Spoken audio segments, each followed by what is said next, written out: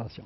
C'est un camp où on réunit des personnalités politiques et qui sont gardées soit par des policiers, soit par des gendarmes, soit par des militaires. Donc l'Algérie, c'était des camps de concentration. Mais ces gens mouraient là-bas dans ces camps.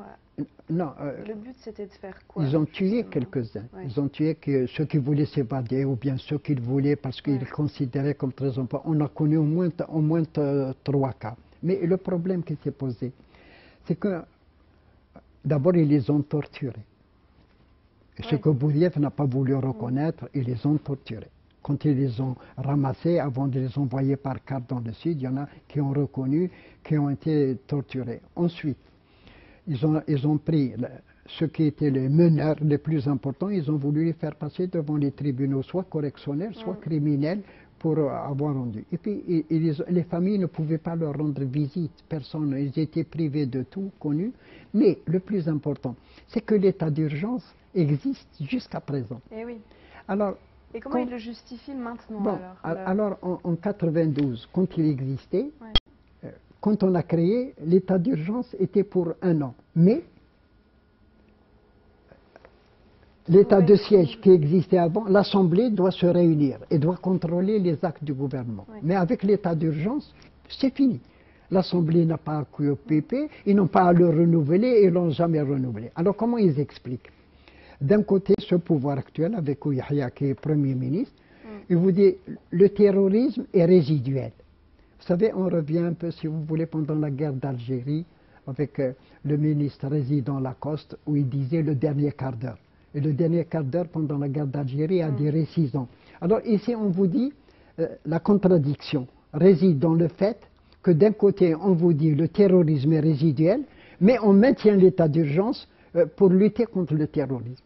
Voilà la contradiction. Mais vous savez, c'est très grave. D'abord, il y a eu, vous savez, un arrêté non publiable. Donc l'état d'urgence est de 9 février 92 et le décret non publiable, il est de 25 juillet 1993, où il dit il ne faut plus que l'Assemblée donne son accord pour que l'armée intervienne. Le wali, c'est-à-dire le préfet, peut demander l'intervention de l'armée. Donc, si vous voulez, l'état d'urgence est devenu l'état de siège. Donc, on ne peut pas faire une réunion. Par exemple, les ouvriers, pour manifester dans le rue, ils ne peuvent pas manifester. Il faut une réunion. Vous pouvez, par exemple, notre ligue, on nous interdit toute réunion et puis on ne vous répond pas à l'avance. Par exemple, quand on a fait le congrès, vous savez, un congrès, on invite les personnalités internationales, les organisations des droits de l'homme.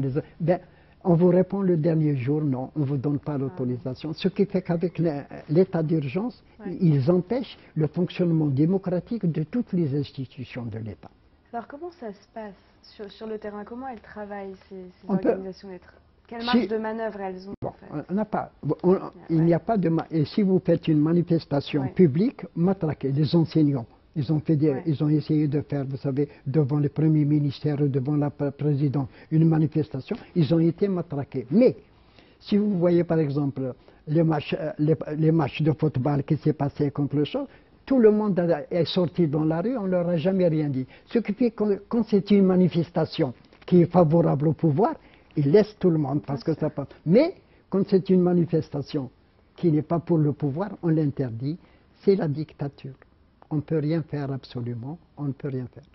Si vous faites dans votre petit local une réunion, ça va, mais dès que vous demandez à obtenir un cinéma ou bien un siège, il faut une autorisation et on ne vous donne pas l'autorisation. Donc il n'y a pas de liberté d'expression. Donc avec l'état d'urgence, il n'y a plus de liberté d'expression, ni de choses. Même à travers la presse, je ne sais pas si vous voyez la presse, ça donne que dans le monde arabe, la presse algérienne est libre, mais de l'autre côté, l'état d'urgence maintient quand même l'essentiel. Ils sont tous dirigés par un colonel de la sécurité militaire qui coordonne le travail.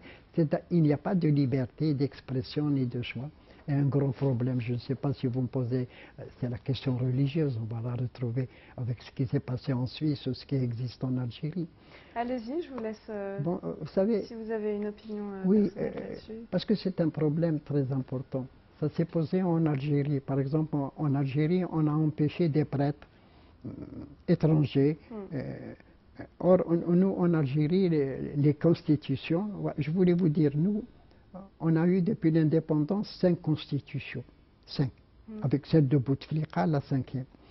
Donc, de 62 jusqu'à maintenant 2009, ça fait 47 ans. Donc c'est tous les 9 ans, tous les 10 ans, on a une constitution. C'est-à-dire chaque président qui arrive, il se fait un costume sur mesure au militaire à sa taille pour la, voilà pour la constitution. Donc le problème qui est posé, est-ce qu'il faut changer de peuple? Parce qu'un peuple, il vote à 99% pour une constitution et 9 ans après, il vote pour une autre constitution qui est le contraire. Est-ce qu'il faut changer de peuple ou il faut changer de pouvoir en Algérie? Voilà le problème qui est posé.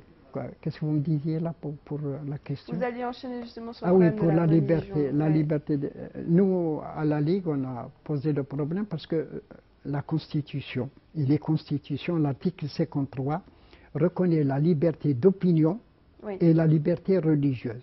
C'est-à-dire chacun peut faire. Libre de pratiquer bon, maintenant, sur le plan international. Sur le plan international, vous avez d'abord la Déclaration universelle des droits de l'homme du 10 décembre 1948, dont l'article 18. L'article 18 vous dit la liberté religieuse, chacun est libre de, de suivre sa religion et de pouvoir l'exprimer et de la faire. Bon. Vous avez l'article 18 encore du pacte international sur les droits de l'homme civils et politiques, qui reconnaît encore. Mais vous avez encore beaucoup plus important. Vous avez en 1985 une déclaration de l'ONU, l'Assemblée générale de l'ONU, qui dit qu'il faut respecter, c'est-à-dire vous pouvez professer votre religion, soit librement, soit avec des amis, soit l'exposer, soit le lire et puis le faire. Et il y a la déclaration de l'UNESCO.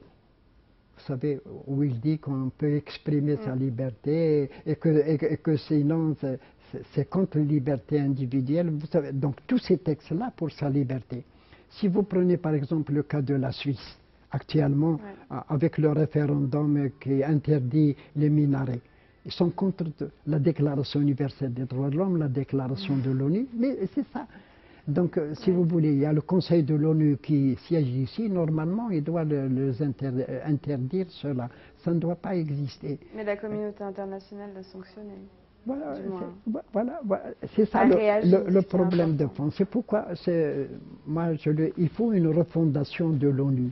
Vous savez, ceux qui détiennent, c'est ça, ceux qui détiennent les pouvoirs, ce sont les 5 puissances qui, en 1945, avaient maintenu avec la bombe atomique parce qu'il a disposé et ils détiennent tout, avec l'Amérique qui a joué un rôle très important.